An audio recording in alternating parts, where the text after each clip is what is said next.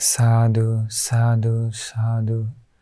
नमो तस्स भगवतो अरहतो सम्मा संबुद्धस्स। उन तथागत अरहत सम्यक संबुद्ध भगवान बुद्ध जी को मेरा कोटि कोटि नमस्कार हो, एवं जिन्होंने मुझे ज्ञान की राह दिखाया, सत्य मार्ग बताया। मेरे आचार्य गुरुवर्य गुरु के चरणों में मेरा शत शत नमन हो। नमो बुद्धाय। पुण्यवानों, ज्ञानी सज्जनों, आज हम आप लोगों को एक अद्भुत व्यक्ति के बारे में बताने वाले हैं। अद्भुत व्यक्ति।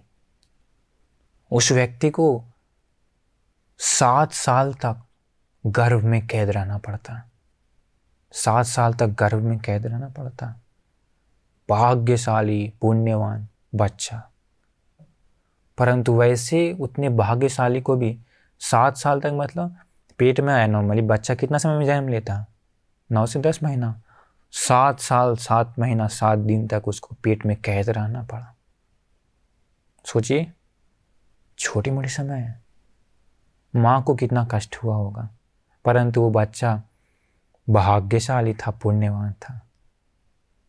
तो आखिर कौन था वो, और आखिर क्यों उसे उतना समय तक कैद रहना पड़ा, 7 साल तक गर्भ में? उसके बारे में जानने वाले हैं। आखिर क्या है वो घटना, क्या है वो रहस्य, उसके बारे में सीखेंगे। तो भगवान बुद्ध के समय की बात है। भगवान बुद्ध के समय में एक कोलिय, शाक्य और कोलिय तो आप लोग सुने होंगे। शाक्य जनपद, कोलिय जनपद। तो कोलिय जनपद की एक राजकुमारी थी जिसका नाम था सुप्पवासा। वो सुप्पवासा का शादी होता वैशाली में एक लिच्छवी राजकुमार से। तो शादी होने के बाद फिर क्या होता है, उसके पेट में एक बच्चा आता है। वो बच्चा आया, 10 महीना बीत गया, बच्चे का जन्म नहीं हुआ। 1 साल बीत गया, बच्चे का जन्म नहीं हुआ। 1.5 साल बीत गया, 2 साल बीत गया, बच्चे का जन्म नहीं हुआ। 7 साल बीत गया, बच्चे का जन्म नहीं हुआ। सोचिए तो, 7 साल तक एक माँ एक गर्भ को उठा के रखना आसान है क्या? कितना मुश्किल है। परंतु बहुत दर्द होता था, बहुत वेदना होती थी। परंतु जब जब दर्द होता था, वो माँ श्रद्धावान थी, ज्ञानी थी, बुद्धिमान थी। जब जब दर्द होता था वो ऐसे मनन करती थी, सम्मा संबुद्धो सो भगवा इमस्य एव रूपस्य दुःखस्य पहानाय धम्मं देसीति। वे भगवान बुद्ध तो सचमुच में सम्मा संबुद्ध हैं, सम्यक संबुद्ध हैं। वे भगवान बुद्ध ऐसे दुख से मुक्त होने के लिए ही ज्ञान बताते हैं ना। सुपटिपन्नो वततस्य भगवतो सावक संगो यो इमस्य एव रूपस्य दुःखस्य पहानाय पटिपन्नो। वो भगवान बुद्ध का शिष्य, श्रावक संग, सुपटिपन्न है। राग द्वेष मोह को दूर करने वाले मार्ग पर गए हैं, सुपटिपन्न। वे श्रावक संग भी इसी दुखों से मुक्त होने के लिए मेहनत करते हैं ना। सुखमं वततं निब्बानं एव रूपं दुःखं न संविज्जति। वो निर्वाण तो परम सुख है जहाँ ऐसा दुख नहीं है। ऐसे बोल बोल करके वो माँ अपने गर्भ को छूती थी, जिससे उसका दुख दर्द दूर हो जाता था। 7 साल तक वो ऐसे ही मनन करते थे। सोचिए कितना श्रद्धावान होगी, ज्ञानी होगी। तो अभी 7 साल हो गया, 7 महीना हो गया, 7 दिन हो गया। अंतिम 7 दिन पता है और क्या हुआ? बहुत ज़्यादा मुश्किल हो गया। अंतिम 7 दिन अभी बच्चा का जन्म होना है, लेकिन क्या हुआ? योनि मार्ग में अटक गया बच्चा। उसके कारण जन्म नहीं हो रहा। 7 दिन तक बहुत ज़्यादा दुख भोगी वो माँ। सोचिए कैसा कर्म होगा बच्चा का, कैसा कर्म होगा उस माँ का। वो भी आप लोगों को बताएंगे आगे कि क्यों आखिर ऐसे होता है। तो 7 साल 7 महीना 7 दिन के बाद उस सुप्रवासा माँ का मन में आता है, अपने पति को कहती है कि अरे जाओ, जा करके भगवान बुद्ध से कहो कि सुप्रवासा जो बेटी है, आपकी बेटी है, आपकी शिष्या है, इतने सालों से 7 सालों से 7 महीना से दुख भोग रही है, बच्चे को जन्म नहीं दे पा रही है, और उनको जब दर्द होता है तो ऐसे भगवान बुद्ध के बारे में मनन करती है। इसलिए कृपा करके जाके आशीर्वाद लेकर के आओ, बता के आओ। पति जाता है भगवान बुद्ध के पास। भगवान बुद्ध का पहले सुख दुख पूछता है। सुख दुख पूछने के बाद कहता है कि भगवान, हमारी पत्नी, आपकी शिष्या, आपकी बेटी, क्योंकि भगवान बुद्ध जी के श्राविका लोग एक तरह से बेटी की जैसा है, आपकी बेटी 7 साल 7 महीना 7 दिन से दुख भोग रही है, बच्चे को जन्म नहीं दे पा रही है, प्रसूति नहीं हो पा रहा। वो आपको प्रणाम करती है, आपका आशीर्वाद लेना चाहती है। भगवान बुद्ध कहते हैं, सुप्रवासा सुखी हो तू, सुप्रवासा सुखी होवे, निरोगी पुत्र को जन्म दे। ऐसे भगवान बुद्ध आशीर्वाद करते हैं। आशीर्वाद करते के साथ आश्चर्य, अद्भुत, विस्मित, सोच भी नहीं सकते हैं। जो उतना समय से बच्चा नहीं जन्म हो रहा था, 7 दिन से अटका हुआ था, चाय छन्ने में पानी डालने के जैसा तुरंत बच्चा का जन्म हो गया, निरोगी पुत्र को वो जन्म दी। तो जो उसका पति था वो भी सोचा रही भगवान बुद्ध ऐसा आशीर्वाद दी, पता नहीं क्या क्या हुआ होगा घर में। तुरंत जल्दी वंदना करके प्रणाम करके तुरंत चला गया। अरे तुरंत गया, घर में गया तो आश्चर्य, उसे भी आश्चर्य हो गया। एक बच्चा, एक और आश्चर्य पता है क्या हुआ? एक बच्चा दिख रहा है घर में, इधर उधर चल रहा है, बोल रहा है। क्यों? 7 साल तक कहाँ था, पेट में था ना, तो बड़ा हो गया था अंदर ही नॉर्मली। जन्म लेते के साथ बच्चा चलने लगा, बातें करता है। अभी माँ को बड़ा ही खुश, पति को बड़ा ही खुश। माँ कहती है, सुप्रवासा उसकी पत्नी कहती है कि अरे देखो, हम लोग इतना समय 7 साल तक हम दुख भोगे, आज बहुत सुख में अनुभव हो रहा है, इसलिए हम लोग भोजन दान देंगे। 1 दिन नहीं, 7 दिन तक देंगे, पुण्य कर्म करेंगे, अपने बच्चे को भी आशीर्वाद दिलवाएंगे भगवान बुद्ध से। तो कहता है जाओ, जा करके भगवान बुद्ध भिक्षु संघ के साथ निमंत्रण करो भोजन दान देने के लिए। पति फिर से जाता, भगवान बुद्ध जी कहता है कि भगवान, वो बहुत दुखी थी, अभी सुखी हो गई बच्चे का जन्म के कारण, तो इसीलिए वो चाहती है कि 7 दिन तक भोजन दान देना, इसलिए कृपा करके भगवान हमारे घर पे भोजन दान के लिए पधारिए। तो क्या हुआ था ना, उस समय एक और आदमी पहले से ही अगले दिन के लिए भोजन दान के लिए निमंत्रण कर चुका था। तो वो आदमी अरहंत महामोग्गलन भंति का दायक था। भगवान बुद्ध कहते हैं मोग्गलन भंति जी कह रहे, एक आदमी जो निमंत्रण किया है वो तुम्हारा दायक है, तुम उसे बोलो बाद में देने के लिए, 7 दिन के बाद। तो मोग्गलन भंति उसको बोल देते हैं 7 दिन के बाद देने के लिए। अभी ये सुप्रवासा, ये माँ 7 दिन तक भिक्षु संघ को भोजन दान देती है भगवान बुद्ध के सहित। 7 दिनों के बाद वो बच्चा जो था छोटा, उसका नाम रखा गया शिवली कुमार, शिवली। तो वो छोटा बच्चा 7 साल का अरहंत सारिपुत्र बंदी से बातें कर रहा था। अरहंत सारिपुत्र बंदी बोले कि अरे बच्चा कैसे हो, सुख दुख कैसा है, कैसा लग रहा था तुम्हें? वो बच्चा कहता है कि अरे भंती जी, कैसा सुख भंती जी, 7 साल 7 महीना तक खून का घड़ा में हमको कैद रहना पड़ा, खून का नरक में कैद रहना पड़ा, हमको कैसा सुख। माँ दूर से देखती है कि अरे मेरा बेटा इस बुद्ध शासन में धर्म का सेनापति, बुद्ध शासन का सेनापति है, सारे पुत्र बनती, सेनापति से बातें कर रहा है। माँ बड़ा ही खुश होती है, बड़ा ही खुश होती है।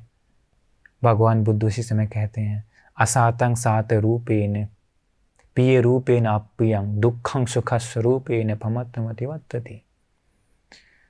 दुख सुख के रूप में आता है, अप्रिय चीज प्रिय के रूप में आता है।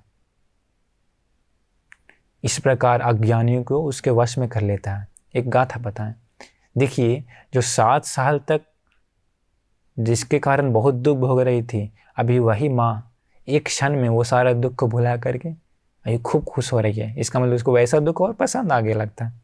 भगवान उसी को मूल करके बोलते हैं तो इसके बाद फिर क्या होता है, वो दान होता है, भोजन दान होता है। फिर बाद में वो शिवली कुमार भिक्षु बन जाता है। माँ को कहता है कि माँ, इतना दुख हम भोगे हैं, हमको संसार दुख से मुक्ति चाहिए, इस जन्म मृत्यु की परंपरा से मुक्ति चाहिए, इसलिए मुझे अनुमति दे। माँ अनुमति देती है। वो शिवली कुमार भिक्षु बन जाता है, तुरंत चीवर पहनते के दिन ही अरहंत हो जाता है, अरहंत हो जाता है। और एक अद्भुत बात पता है क्या, वो शिवली बंते जी इतना पुण्यवान थे, इतना पुण्यवान थे। वो बंती जहाँ भी जाते हैं उनको चीवर, भोजन, दवा, ये सब सब पूरा गंगा की तरह, नदी बहने की तरह वो सब मिलता था। जंगल में भी जाएंगे तो वहाँ भी उनको मिल जाता है भोजन, चीवर, जो चाहिए वो। जंगल में गए तो वहाँ भी मिला, पर्वत पर जाए तो वहाँ भी मिलता, सुनसान जगह पर जाए तो वहाँ भी मिलेगा, समुद्र के बीच में चल रहा है तो वहाँ भी मिल जाएगा, देवताओं दे देता है। उसका पुण्य, उसका पुण्य, क्योंकि पहले जन्म में एक प्रार्थना, बहुत बड़ा पुण्य का फल था। वो भी आगे बताएंगे कि आखिर उनको वो सब इतना गंगा की तरह क्यों उतना सुख मिलता था। तो एक बार की बात है, भगवान बुद्ध जी एक बार दूर यात्रा पर निकलते हैं। अरहंत सारिपुत्र भंती का एक भाई रहता, रेवत भंत जी जिसका नाम था, बहुत दूर, कितना 60 योजन की दूरी पर था वहाँ जहाँ भगवान बुद्ध रहते। तो वहाँ से मतलब 60 योजन मतलब कि 600 किलोमीटर की दूरी पर रहते थे। तो भगवान बुद्ध जी बहुत सारे भिक्षु संघ के साथ, 30,000 भिक्षु संघ के साथ यात्रा पर निकलते हैं उनसे मिलने के लिए। वो रेवत भंती सिंह बहुत दूर अकेले जंगल में रहते थे। तो सारिपुत्र भंती सहित भगवान बुद्ध निकल गए रास्ते उनसे मिलने के लिए यात्रा पर, पैदल। चमत्कार है, तुरंत जा सकता परंतु पैदल निकले। देखिए कितना अद्भुत है भगवान बुद्ध का जीवन। अभी निकल गए, रास्ता में जाने के बाद 2 रास्ता मिल गया वहाँ जाने का। वो रेवत भंती जहाँ रहते हैं, आनंद भंती कहते हैं भगवान बुद्ध से कि भगवान यहाँ पर 2 रास्ता है, इस रास्ते से जाएंगे तो 30 योजन की दूरी पड़ती है, 30 योजन की दूरी पड़ती तो है, लेकिन इसी रास्ते में जंगल ज़्यादा है, जंगल ज़्यादा है, भोजन ये सब का व्यवस्था नहीं हो पाएगा। लेकिन ये जो 60 योजन की दूरी का जो यात्रा है, मतलब 600, इधर आदमी लोग हैं, श्रद्धावान लोग हैं, भोजन ये सभी करके आराम से जा सकते हैं। तो भगवान हम लोग में से हम लोग किस रास्ते से जाना चाहिए? भगवान बुद्ध पूछते हैं, आनंद, हमारे जो लोग आए हैं भिक्षु लोग, देखो तो उसमें शिवली भंती जी हैं क्या? तो आनंद भंती कहते हैं।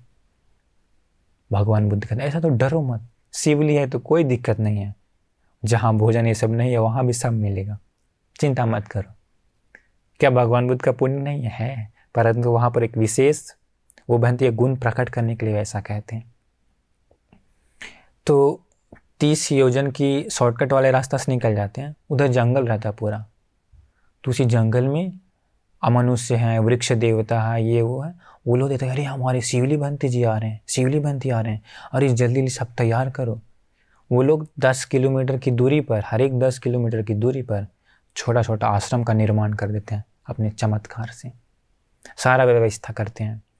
इसमें वो लोग भोजन ये सब शिवली भंती को पूजा करता है, बहुत शिवली भंती क्या करते हैं, वो सारा भोजन ये सब भगवान बुद्ध सहित भिक्षु संघ को देते हैं।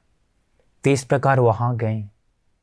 अभी 60 उस रेवत भंती से मिल लिए, मिल करके वापस भी उसी रास्ते से आए।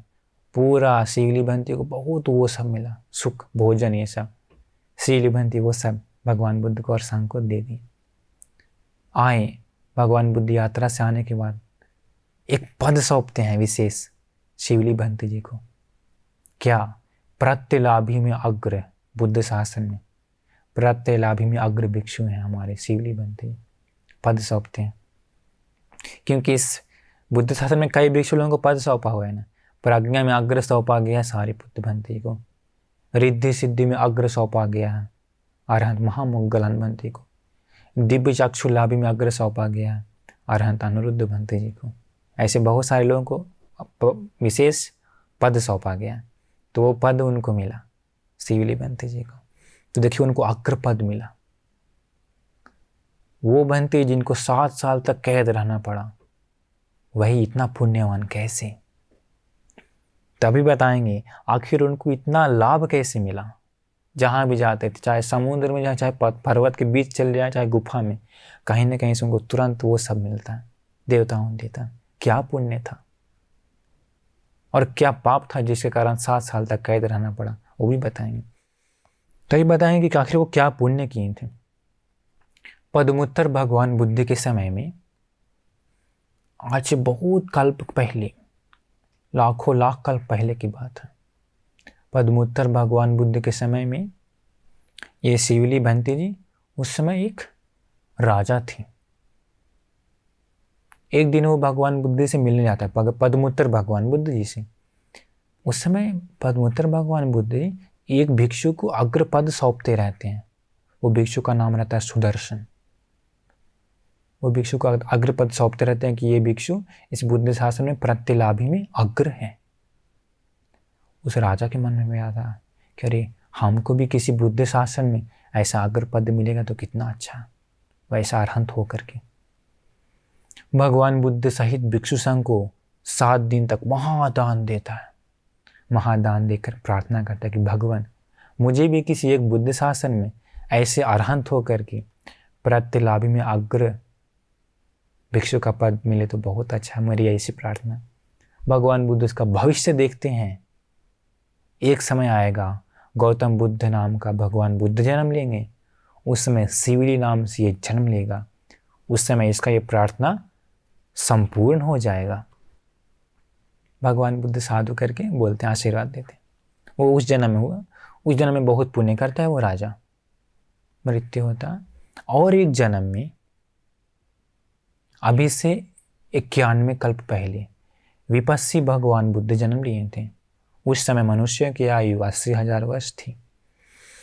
तो एक बार विपस्सी भगवान बुद्ध जी अलग अलग देशों में, अलग अलग जनपद में जाते हैं, नगर में जाते हैं ज्ञान बताने के लिए। ज्ञान बता करके वापस आते हैं। एक नगर था उनका बंधुमती नगर, उसी नगर में वापस आते हैं। तो बंधुमती का जो राजा था, राजा बड़ा ही प्रसन्न होता है, अरे भगवान बुद्ध आ गए, ऐसा तो बहुत दिन के बाद आए, महादान दें करके राजा बहुत अच्छा से दान दिया। भगवान बुद्ध सहित कितने भिक्षु लोग मालूम है? 68,000। 68 मतलब 68,000 भिक्षु संघ था उस समय वो भगवान बुद्ध के साथ। तो भगवान बुद्ध सहित 68,000 भिक्षु संघ को दान दिया। सोचिए कितना बड़ा दान दिया होगा। वो दान देने के बाद क्या हुआ, उसी बंधुमती नगर का जो जनता लोग था, जनता लोग सोचा रही राजा तो बड़ा ही मस्त, बहुत अच्छा दान दिया, हम लोग राजा से कम है क्या, हम लोग भी उससे अच्छा से दान देंगे।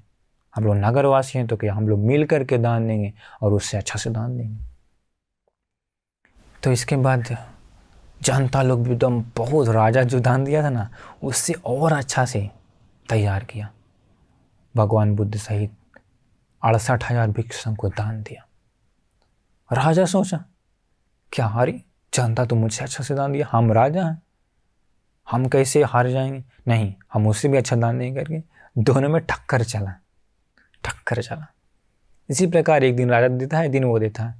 छठा दिन आया, छठा दिन जनता का पारी था। जनता लोग सोचा कि नहीं ऐसे कैसे होगा, राजा हमसे नहीं जी सकता, हम लोग इस बार ऐसा दान देंगे जो राजा कभी दिया ही नहीं हो।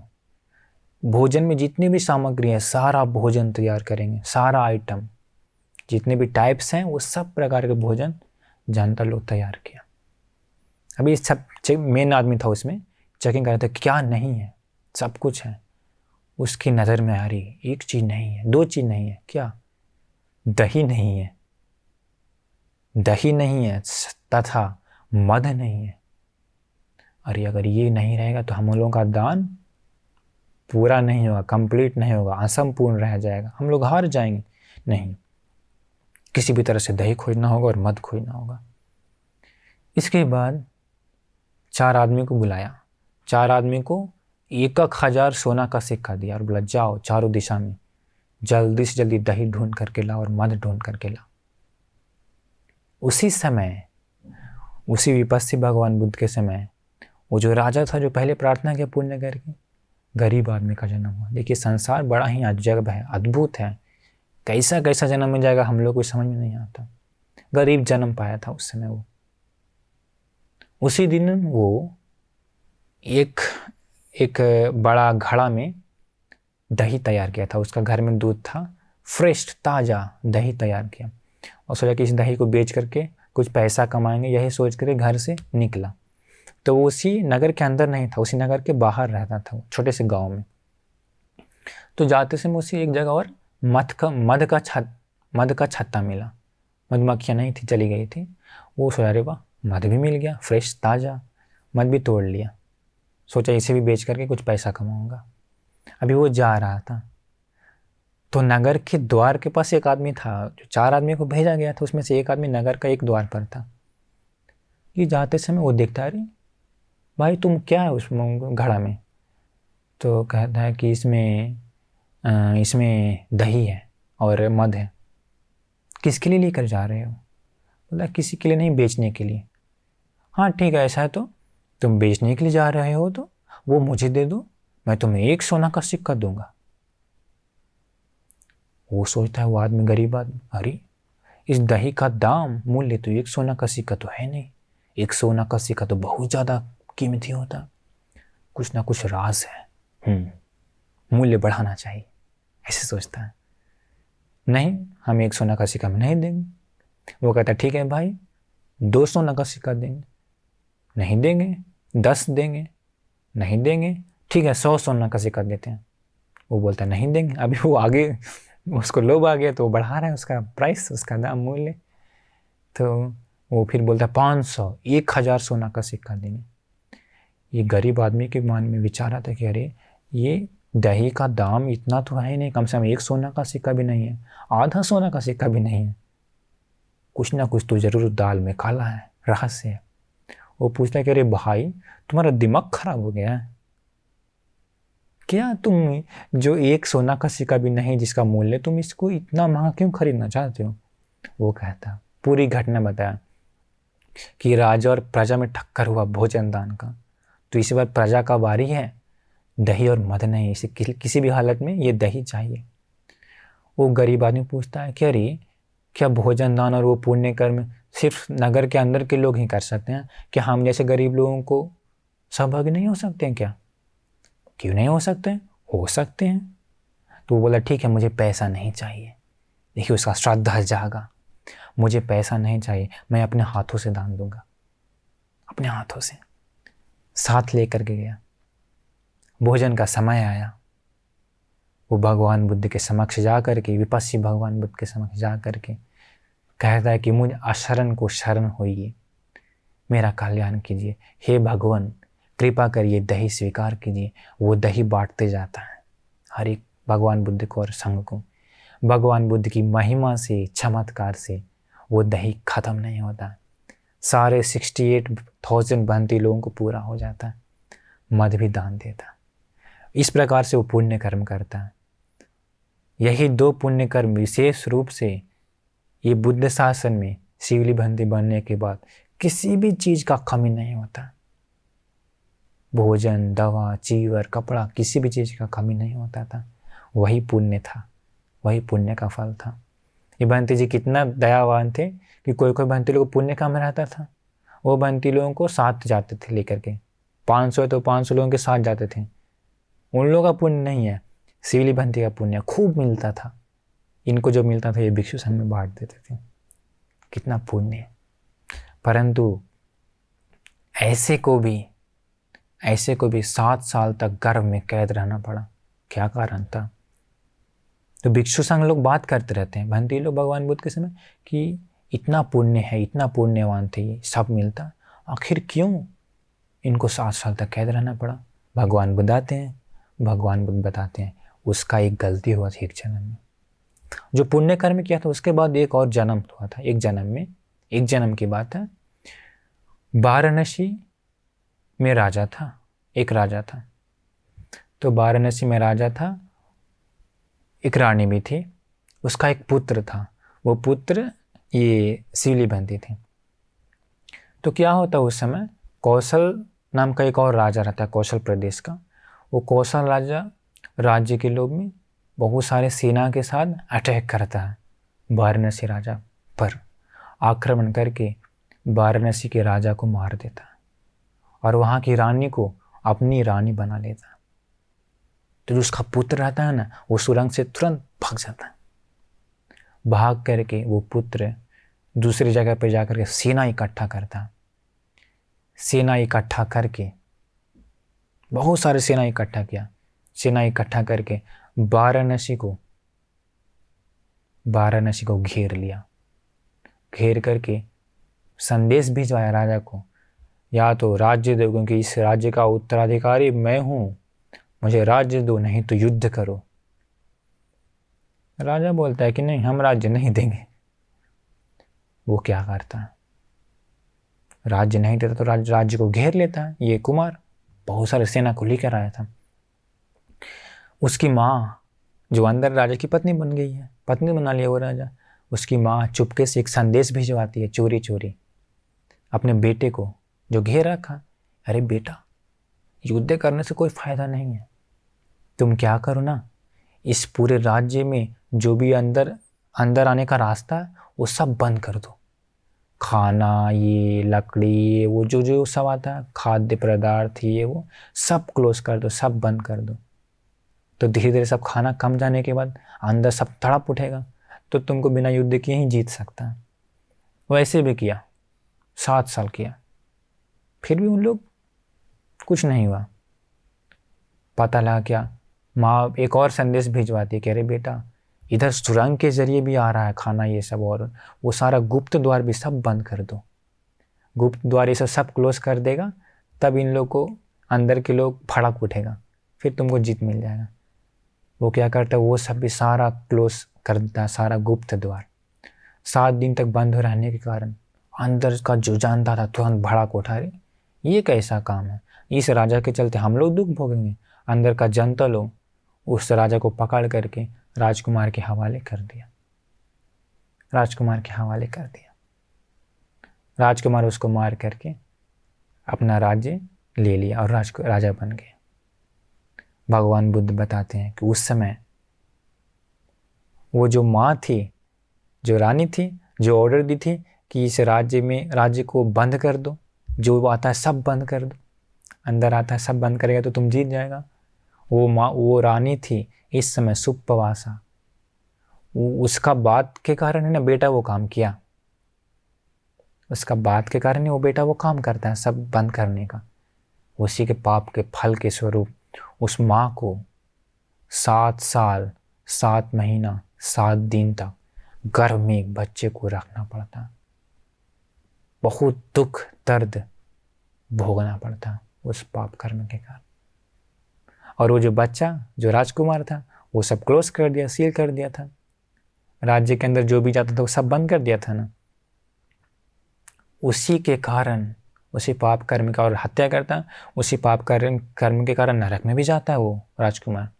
और उसी कर्म के कारण इस अंतिम जन्म में, जिस जन्म में उसे दुख से मुक्ति मिलना था, पुण्य का फल बहुत भोगना था, उसी जन्म में वो फल आया। कैसे?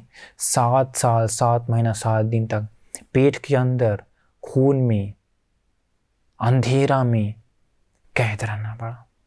कितना दुख होगा अंदर, 7 साल तक पेट में कैद रहना, मतलब कि कितना दुख होगा।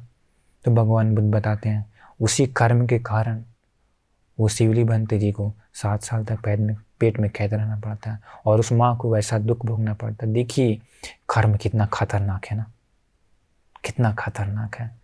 इसीलिए भगवान बुद्ध बताए हैं कि चोरी से, रहस्य से, चोरी या सबके सामने एक काम नहीं करना चाहिए। वो पाप कर्म बिना फल दिए खत्म नहीं होता,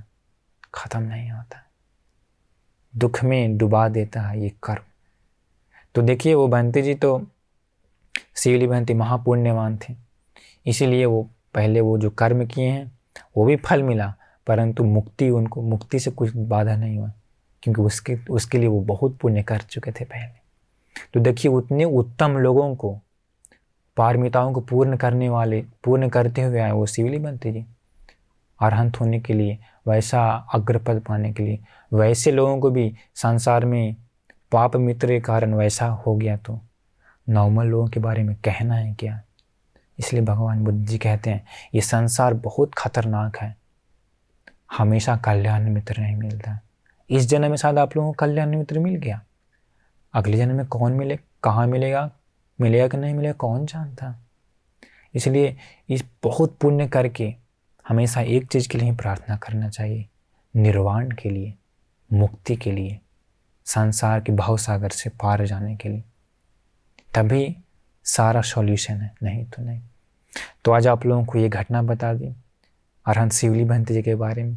आश्चर्य है, पुण्य का फल भी और पाप का फल भी कितना अद्भुत तरीके से देता है। इसीलिए आप लोग जो पाप है उसे भूल से भी, चोरी चोरी भी, मज़ा लेने के लिए भी मत करिए, दुखदायी ही होता है। तो इसीलिए आप लोगों को भी इस घटना से, सत्य घटना से बहुत कुछ सीख मिल गया होगा, इस भगवान बुद्ध के ज्ञान से। तो आप लोग भी हमेशा अपना जीवन में पुण्य ही करिए, चोरी से भी पाप मत करिए। आप सभी लोगों का कल्याण हो, मंगल हो, आप सभी लोग सुखी से रहें, यही मेरा आशीर्वाद है। नमो बुद्धाय।